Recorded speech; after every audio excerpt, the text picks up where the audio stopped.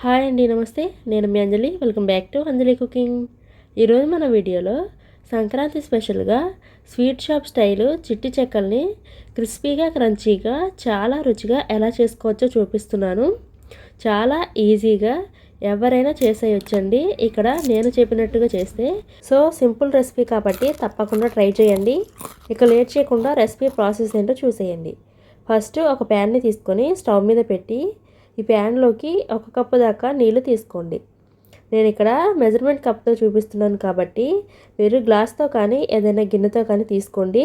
ఇక్కడ నేను తీసుకున్న కప్పు సైజ్ వచ్చేసి 250 ml అండి.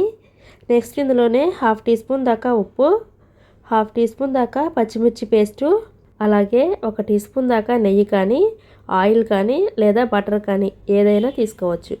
జస్ట్ మిక్స్ చేసేసి ఈ నీళ్ళను మరిగించండి. నీళ్ళు ఇలా మరుగుతున్నప్పుడు ఫ్లేమ్ను సిమ్లో పెట్టి ఇందాక మనం నీళ్లు కొలుచుకున్న అదే కప్పుతో 1 కప్పు దాకా పొడి బియ్య పిండిని కొద్ది కొద్దిగా వేస్తూ బాగా కలపండి.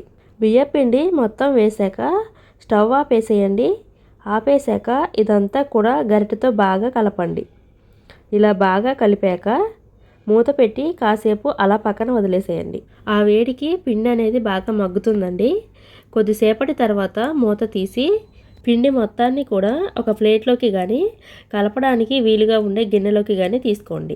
మొత్తం పిండిని ప్లేట్లోకి తీసుకున్న తర్వాత నెక్స్ట్ ఇందులో 1/2 టీ స్పూన్ దాకా జీలకర్ర, 1/2 టీ స్పూన్ దాకా రెడ్ చిల్లీ ఫ్లేక్స్ వేయండి. ఇవి మీ దగ్గర లేకపోతే 2 ఎండుమిర్చిని చిన్న మిక్సీ జార్లోకి వేసి 2-3 పల్స్ ఇస్తే సరిపోతుందండి. ఇవి స్కిప్ చేయకుండా వేయాలి, మంచి ఫ్లేవర్ వస్తుందండి వీటి వల్ల. నెక్స్ట్ 1 టీ స్పూన్ దాకా తెల్ల నువ్వులు, 1 టీ స్పూన్ దాకా నల్ల నువ్వులు, 1/2 టీ స్పూన్ దాకా కారం వేసి మనం వేసిన ఇంగ్రీడియంట్స్ అన్నీ కూడా పిండిలోకి బాగా కలిసేలాగా చేత్తో బాగా కలపాలి. పిండి కలిపేటప్పుడు నీళ్ళేమి వేయాల్సిన పని లేదండి. ఇలా ముద్ద అయ్యాక ఇందులో నుండి కొద్ది కొద్దిగా పిండి తీసుకొని రౌండ్గా చుట్టుకోవాలి. మీరు ఇలా కొద్దిగా పిండితో చేస్తున్నట్లయితే మొత్తం ఒకేసారి చుట్టేసుకోండి. ఒకవేళ ఎక్కువగా చేస్తున్నట్లయితే ఒక వాయికి సరిపడా బాల్స్ తయారు చేసుకొని మిగిలిన పిండి ఆరిపోకుండా ఏదైనా ప్లేట్ని కవర్ చేసి పక్కన ఉంచండి. ప్లాస్టిక్ కవర్కి కొద్దిగా ఆయిల్ని అప్లై చేసి తయారు చేసిన బాల్స్ని పెట్టి పైన కవర్ వేసి ఇలా గ్లాస్తో ప్రెస్ చేయండి. చేసేవి చిన్నవే కాబట్టి గ్లాస్తో ప్రెస్ చేస్తే సరిపోతుందండి. చాలా చక్కగా వస్తాయి. ఇలా అన్నీ గ్లాస్తో ఒత్తిన తర్వాత ఇప్పుడు వీటికి ఫోర్క్ స్పూన్తో హోల్స్ పెట్టుకోవాలి. నేను ఇక్కడ కొద్దిగా పిండితో చేస్తున్నాను కాబట్టి మొత్తం పిండి ఒకేసారి బాల్స్లో ప్రిపేర్ చేసుకుని ఇలా అన్నీ ఒకేసారి ప్రిపేర్ చేసుకుంటున్నాను. మీరు ఎక్కువ క్వాంటిటీ అయితే బ్యాచెస్ వైజ్గా చేసుకోండి. ఇప్పుడు వీటిని ఎలా ఫ్రై చేసుకోవాలో చూద్దాము. అందుకోసం స్టవ్ మీద కడాయి పెట్టి డీప్ ఫ్రైకి సరిపడా ఆయిల్ని పోసి ఆయిల్ని బాగా వేడి చేయండి. ఆయిల్ బాగా వేడయ్యాక మనం వత్తి పెట్టుకున్న చిట్టి చెక్కల్ని నిదానంగా ఒక్కొక్కటిగా వేసుకొని ఫ్రై చేసుకోండి. వేసిన వెంటనే కదపకుండా 1 నిమిషం ఆగి ఆ తర్వాత గరిటెతో అటు ఇటు కదుపుతూ సమానంగా వేయించుకోవాలి. ఆయిల్లో వచ్చే నురగ తగ్గి ఇవి క్రిస్పీగా వేగి లైట్ గోల్డెన్ కలర్లోకి రాగానే ఆయిల్లో నుండి తీసేయండి. ఎక్స్ట్రా ఆయిల్ని డ్రైన్ చేసుకొని ఒక ప్లేట్లోకి తీసేయండి. ఇదే విధంగా నెక్స్ట్ బ్యాచ్ వేసినప్పుడల్లా ఆయిల్ని బాగా వేడి చేసి అప్పుడు రెండో బ్యాచ్ వేయండి. ఇదే విధంగా మిగిలినవి కూడా ఫ్రై చేసుకొని తీసుకోండి.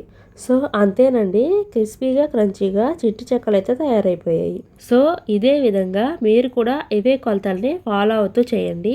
చాలా పర్ఫెక్ట్గా వస్తాయి. నేను ఇక్కడ తక్కువ పిండితో చేశాను కదా, మీరు ఎక్కువ మొత్తంలో చేయాలి అంటే ఇవే కొలతల్ని పెంచుకొని చేయండి. చాలా పర్ఫెక్ట్గా వస్తాయి.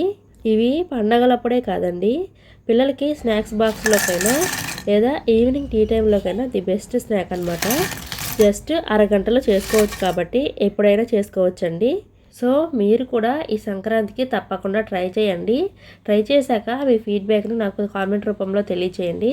ఈ వీడియో నచ్చితే ఈ వీడియోకి ఒక లైక్ చేసి ఈ వీడియోను మీ ఫ్రెండ్స్ అండ్ ఫ్యామిలీకి షేర్ చేయండి. అలాగే ఇలాంటి మరెన్నో టేస్టీ రెసిపీస్ కోసం వెంటనే మా ఛానల్ను సబ్స్క్రైబ్ చేసుకోండి.